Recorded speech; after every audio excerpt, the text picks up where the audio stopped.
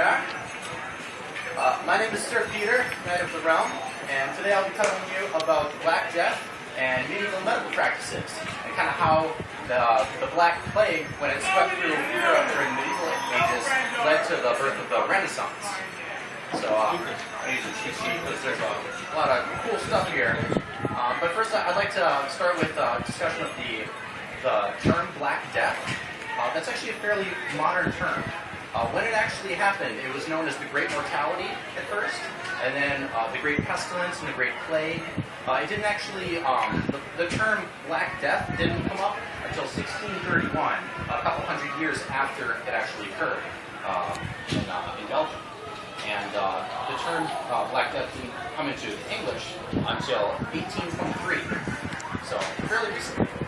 So what the Black Death was a huge epidemic that swept through Europe between 1347 and 1352. So, middle of the 14th century, it was still the late medieval ages, just pre-Renaissance. And it was thought to have killed, most modern estimates say between 45 and 50% of people in Europe. Some places were hit especially hard. Some communities lost 90 to 100% of their population. And the ones who were left just fled and abandoned the town completely. Now, some of these towns they've actually discovered in the 20th century through aerial photography, and they've discovered these overgrown towns in France in forests that have been abandoned since the 1300s. So it was thought to have originated in Eastern Asia, probably in China, and it was brought west by the Mongols, the Mongol barbarian invaders. And so it did affect China. Not many people know this, but it was a serious epidemic in China as well. It killed 25 million people in China before 1347, before it ever got to Europe. And the way it arrived in Europe was the Mongols were besieging a city in what is modern-day Crimea, which is in Ukraine. The city was called Kappa, and the Mongols were besieging it, and they had brought the plague with them. What they did was they launched their plague bodies over the walls of the city with catapults. And these dripping, stinking bodies would land all over the place and starting to get people sick.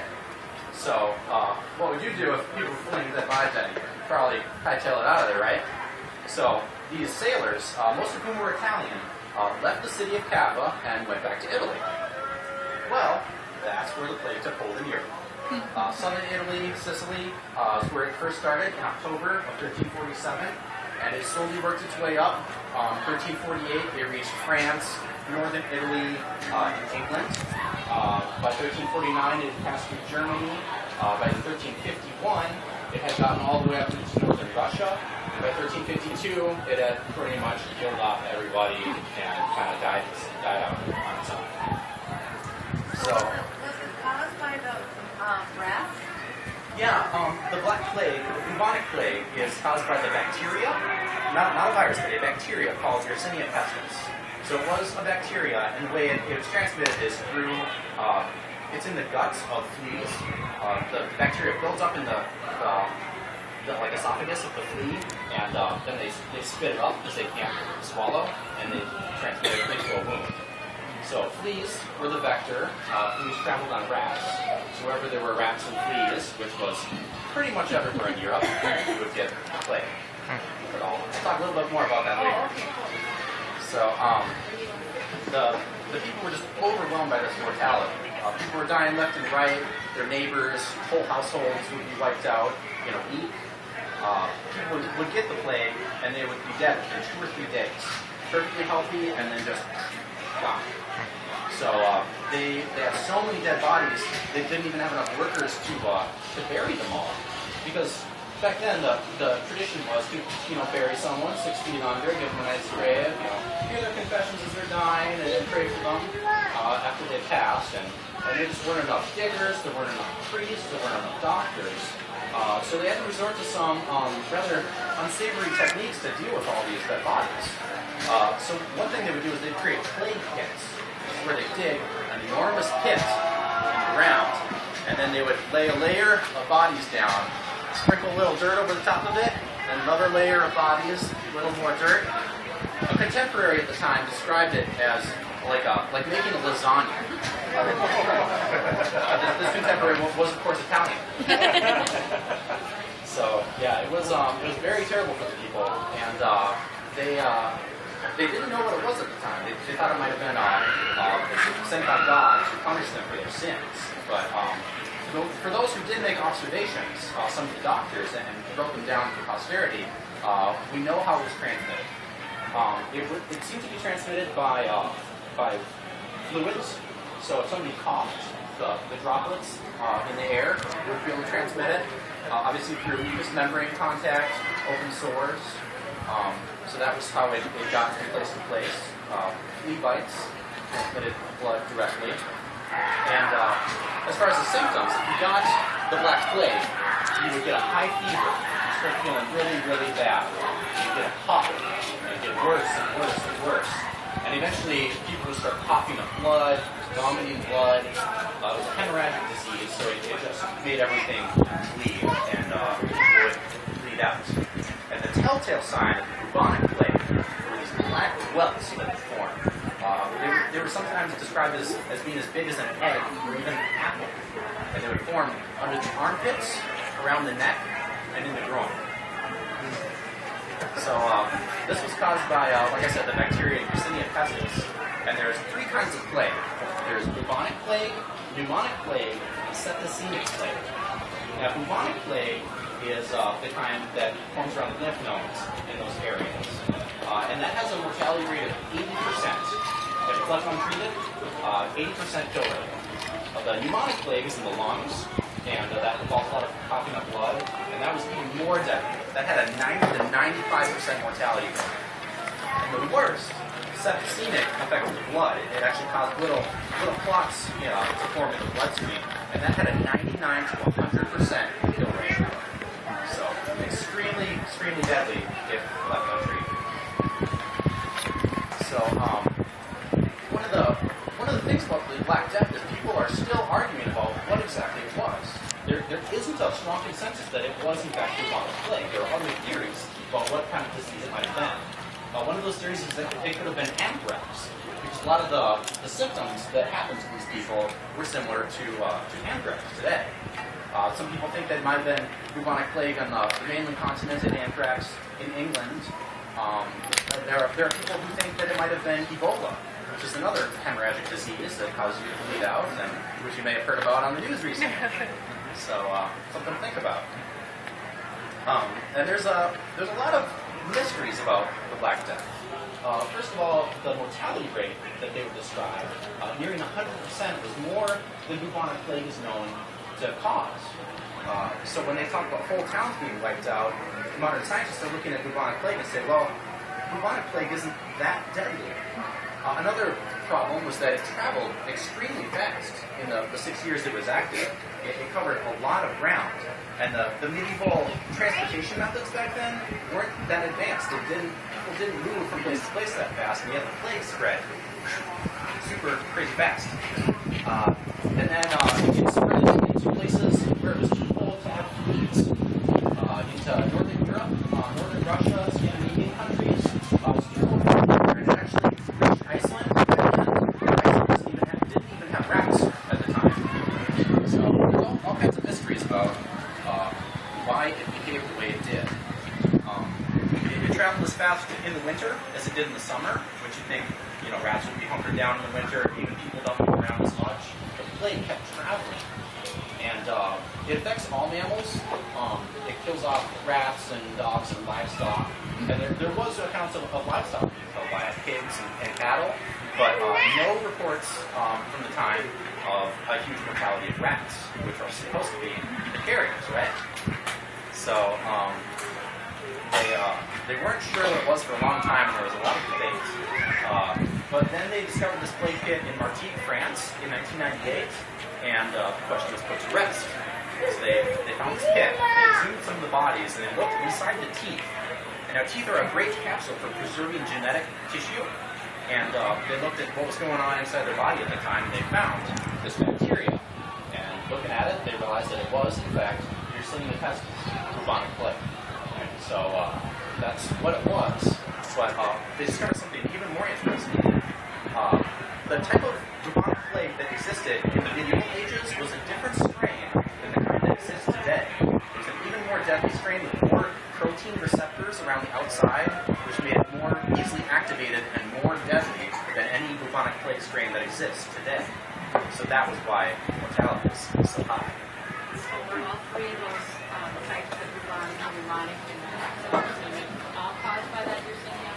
Yes, all three of those types were caused by the same bacteria. It just matters which part of the body it gets into. So that was all the same. Any other cause of that? It did affect Egypt. It hit northern Africa a little bit. It worked its way across Asia and Europe, of course. It was hit the hardest, especially Italy and France. Those had the highest mortality. So kind of southern Europe was the worst, and then kind of around that area. And so we're just learning the secrets of the Black Death today, in the 21st century, with our genetic technology. But back then, they didn't know what to make of it. So back then, they relied a lot on ancient Greek medical ideas. It wasn't until kind of the mid to late Renaissance that they really started to develop functioning medical practices. And in the Dark Ages, when the Black Death hit, they were still relying on what the Greeks had figured out. Now, some of the weird things that Greeks thought were true were miasma theory. Now, miasmas are supposed to be foul vapors that, travel through the air and cause sickness. They literally correlated bad smells with sickness and disease. So, another idea that they had was the four humors. Not the kind of humor, but like four liquids in your body, four types of fluids. And if you had an imbalance of these humors in your body, it was thought to cause illness. So one thing the plague doctors would do was phlebotomy, that is, bloodletting, where they cut you open and let some of that blood out because you clearly had too much. So a lot of the medieval medical practices didn't actually do a whole lot of good for the patients. I think you were actually more likely to survive the plague if you didn't see a doctor than if you did. Do you know what years what years? 1347 to 1352 in Europe. Although it originated in about 1338. Oh, sorry, did I not hear that? I'm sorry. Yeah. And so, speaking of plague doctors, I have here some articles that a plague doctor would have worn. I borrowed these from our resident plague doctor, Gabriel, this morning. Whatever, historically accurate costume on that guy. But, so this is what the mask would look like. And kind of looks like a weird bird, doesn't it? Something like that. But this was a hollow cone. And what they would do is they'd stuff aromatic herbs and spices inside there. They'd use like rose petals or mint leaves or rag soaked in vinegar. Anything that had a strong smell. And that would block out the foul smells of the disease and all the gross stuff that was going on in their towns. And they thought that by smelling these good smells, it would protect them. And then doctors would have a cane, a wooden cane, that they would use to examine patients from afar so they wouldn't have to touch them. And they could lance the buboes, those black welts, and that was something they would do. Of course, they knew nothing about infection back then, had no idea what microorganisms were. And then this was the doctor's hat. So this distinctive looking hat was what signified to people that they were in fact a doctor. Even before the Black Death came around, medieval doctors wore hats like this to this was kind of their profession. So even the plague doctors weren't protected by this. You'd think it might help a little with the contagion, but once they took it off, they would get sick. And the Pope actually hired 18 plague doctors to treat the city of Venice when the plague struck. By 1348, only one was left alive. So another thing they would do to treat the victims was they would pray with them because they thought this came from God. So we should ask God for forgiveness and maybe He will hear us. And some doctors would give tinctures and ointments made of all kinds of weird, crazy stuff. I've read some of the recipes for stuff they would put on people's boils and stuff, and it was just There were, toads and feces and all kinds of nasty stuff that could have been good. But there was a debate in the medical community over whether it was right to give medicine or just to pray. Making and giving medicine was thought by some to be a little too similar to witchcraft. It was definitely looked down on by the church. And some people thought that just asking for forgiveness for God would do the trick. So speaking of the church, they lost a little bit of authority, honestly, when the Black Plague came through. It killed good people, it killed bad people. Some bad people were left alive. It seemed to be completely random. And the church is telling people that, this pestilence is because of your sins. And even members of the clergy were dying. Just as many priests who would hear people's, or perform last rites for people would die. And the doctors. So people were saying, well, that's funny. Why is the priest dying from the plague? Shouldn't he be protected? So Pope Clement VI was the pope at the time. And he was not the most sympathetic guy. What he did, at the advice of his personal doctor, was he holed himself up in a room and he lit a bunch of burning pyres around himself because he believed that smoke would protect him from the terrible miasmas. And it did, in fact, work. Well, not for the reasons that he thought, because of the air, but because it just kept him isolated from the infected victims. So he ended up surviving. And so people saw this terrible pestilence come through, and they thought, well, it made them question their beliefs in religion and authority. And another thing that it did was it wiped out such a big proportion of the populace that the menial workers, the one who tilled the fields and dug the ditches, they were like, well, there's nobody left to do this, so we won't do it unless you give us a lot of money. And so the prices went up. The fields needed to be tilled, but people wanted to eat, so they had to pay all these little workers more money. And that eventually gave rise to the middle class, which led to the Renaissance and people having more free time and more money to invest in arts and secular activities. So that was that they tried to stamp it out. The king, he didn't like this idea of these peasants having money and making their way up in the world. So he passed a statute of laborers in 1351 saying that all workers had to accept pre-plague wages after that. He said, no more of this paying people a lot of money. You gotta take what you were getting before the plague hit. But it didn't really stick. So we have a middle class now.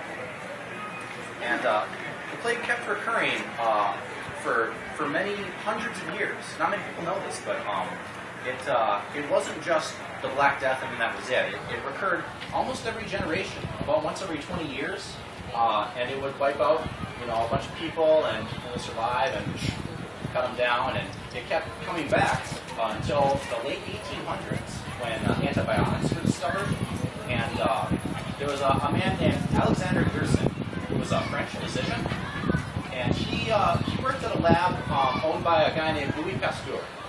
Does anyone know what Louis Pasteur is famous for?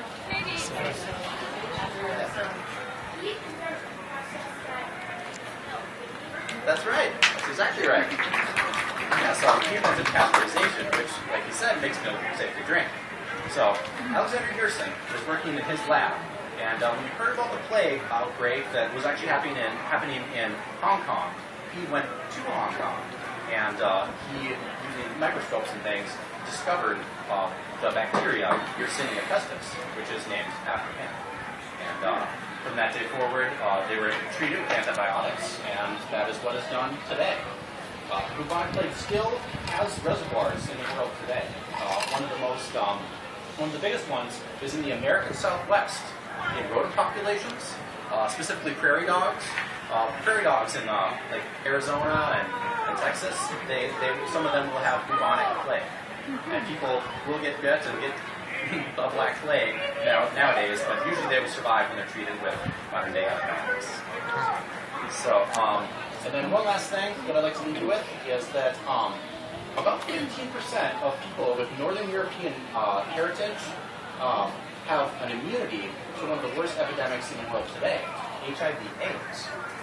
Now, they did some genetic testing, and they figured out that this immunity came about the 14th century. So they said, oh, what happened in the 14th century? The Black Death. That must be what it is. So they thought people who survived the Black Death, a portion of them, 15%, have immunity to HIV/AIDS today. But then they did a little more testing, and they figured out that it's not something that wipes out a huge segment of the population and does that in segments like that. It's more something that recurs over a long period of time, maybe hundreds of years. So they actually figured out that it wasn't the survivors of the bubonic plague, but the survivors of smallpox in Europe. So that's the genetic heritage that most survivors leave us with. People who have ancestors from northern Finland have up to 18% immunity to HIV, and as you get further down into Europe, it gets less. So it's about 4% of people in Sicily and southern Italy, which is where bubonic plague hit the hardest. So it makes more sense that it was smallpox rather than bubonic plague. But we have that immunity, we have the middle class, and because of the distrust in the church, it led to the birth of Protestantism and a multitude of religions. So we